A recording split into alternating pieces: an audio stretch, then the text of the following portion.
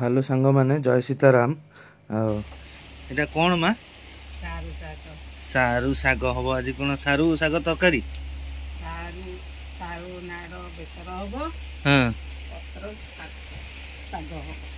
वर्षा हो कहीं चिड़े बसीच जल्दी पलि आस एठी आसिक कर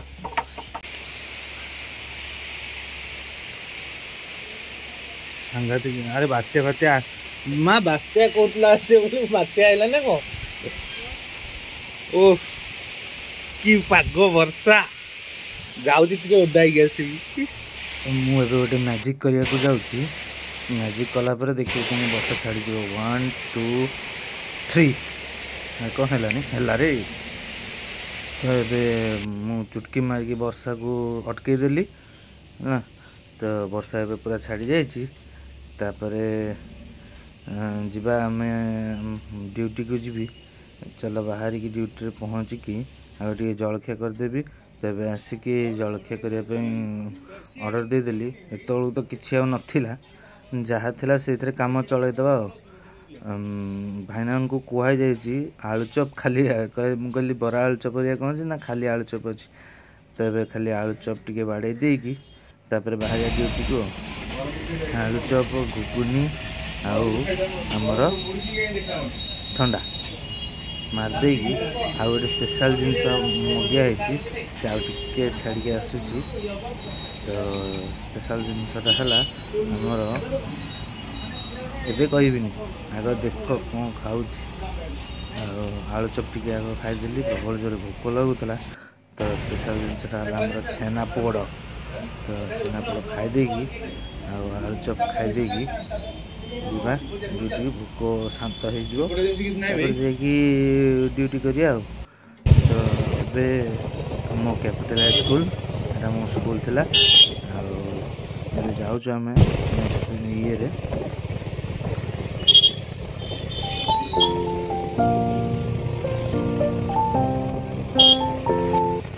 राम मंदिर को देखिए बाहर बाहर दर्शन करदेली। भर को तो जाइए टाइम ना आसिक पहुँची गलु से जगह से प्रबल भिड़ होना देख ये जो रास्ता बुपा माँ अंटा पिठी कौन होगला माने ये रास्तार आसवाई सी जार पिकअप मु मोर ये अपेक्षा कर गाड़ी की किए कौन नहीं छाड़ी मो गाड़ी चलू ये जो सब कार गुड़ा सब मुझे भड़ा दे भड़ा दौना बोली मुझे भड़ा नहीं जी भड़ा नहीं गलापर जाऊँ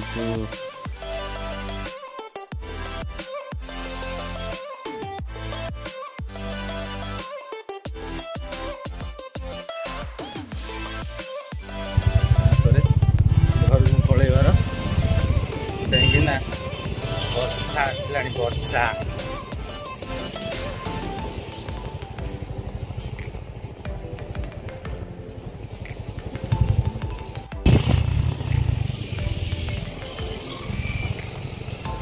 वर्षा के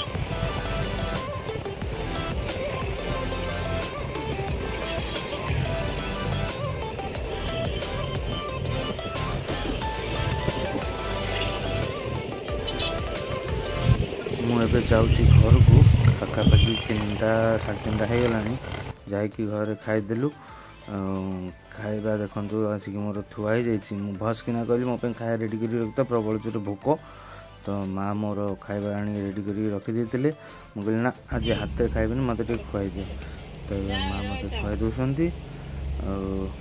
ସବୁବେଳେ ଭାତ ଅଧିକ ଦେଇ ଦେଉଛନ୍ତି, ତରକାରୀ ଟିକେ ଟିକେ ନାକୁ ଦେଉଛନ୍ତି। ମୁଁ ବି ଭୁଲି ଯାଉଛି ଆଉ ସିଏ ବି ସେଇଆ କରୁଛନ୍ତି। ଆଉ କ'ଣ କରିବି? ଆଉ ଏଇ ତ ଜୀବନ ଦକ୍ଷିଣୀ ପବନ।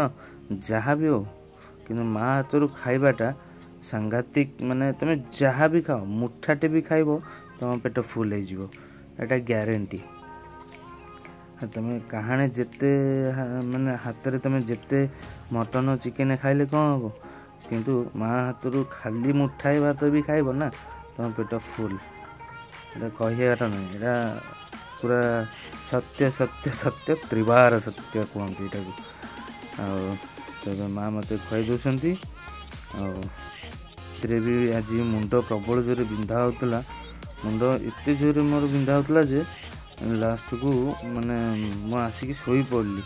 ଶୋଇକି ତାପରେ ମା କହିଲେ ଜଲ୍ଦି ଖାଇଦେ, ଖାଇଦେଇକି ଶୋଇପଡ଼ି, ଦେଖିବୁ କିଛି ହେବନି, ଆଉ ଉଠିଲା ବେଳକୁ ମୁଣ୍ଡ ବିନ୍ଧା ଭଲ ହେଇଯାଇଥିବ। ତ ବାପା ମାଆଙ୍କର ମୋର ଡିସ୍କସନ୍ ଚାଲିଥିଲା। କ'ଣ ସେ ଡିସ୍କସନ୍ କରୁଥିଲେ କେଜାଣି। ଆଉ ତାଙ୍କ ଡିସ୍କସନ୍ ଚାଲୁ, ମୁଁ ମୋର ଖାଇଦିଏ। ଖାଇଦେଇକି ମାଆଙ୍କୁ କହିଛି ମୋ ମୁଣ୍ଡରେ ଟିକେ ରବରତ୍ନ ତେଲ ଲଗେଇଦେବେ। ତ ଏବେ ମୋ ମା ମୋ ମୁଣ୍ଡରେ ରବରତ୍ନ ତେଲ ଲଗେଇ ଦେଉଛନ୍ତି।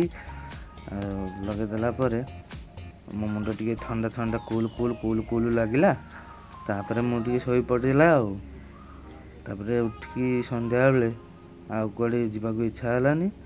ତ ମୁଁ ଚୁପଚାପ ମୋର ରବର ତେଲ ଲଗେଇବାରେ ବ୍ୟସ୍ତ।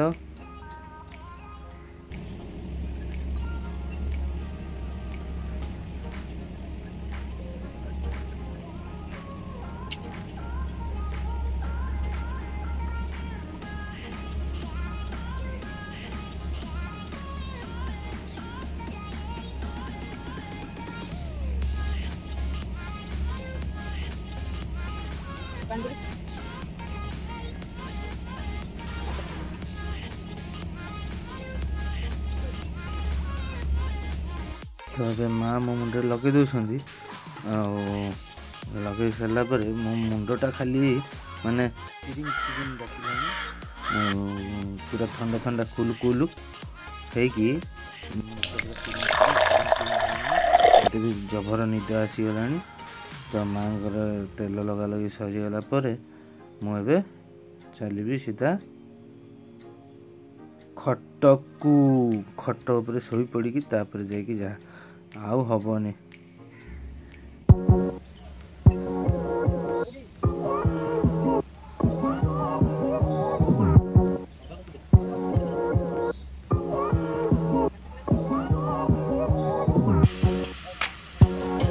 ତ ମୁଣ୍ଡ କୁଣ୍ଡାକୁଣ୍ଡି ସରିଲା ପରେ ମୁଁ ଡାଇରେକ୍ଟ ଶୋଇଲି। ଶୋଇଲା ପରେ ଟାଇମ୍ ହେଇଗଲାଣି, ଉଠିଲା ବେଳକୁ 10ଟା ରାତି ହେଇଗଲେ।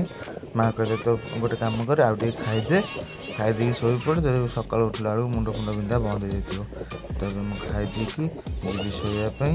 ସେ ପୁଣି ଦେଖା ହେବ କାଲି କୌଣସି ନୂଆ ଭିଡ଼ିଓ।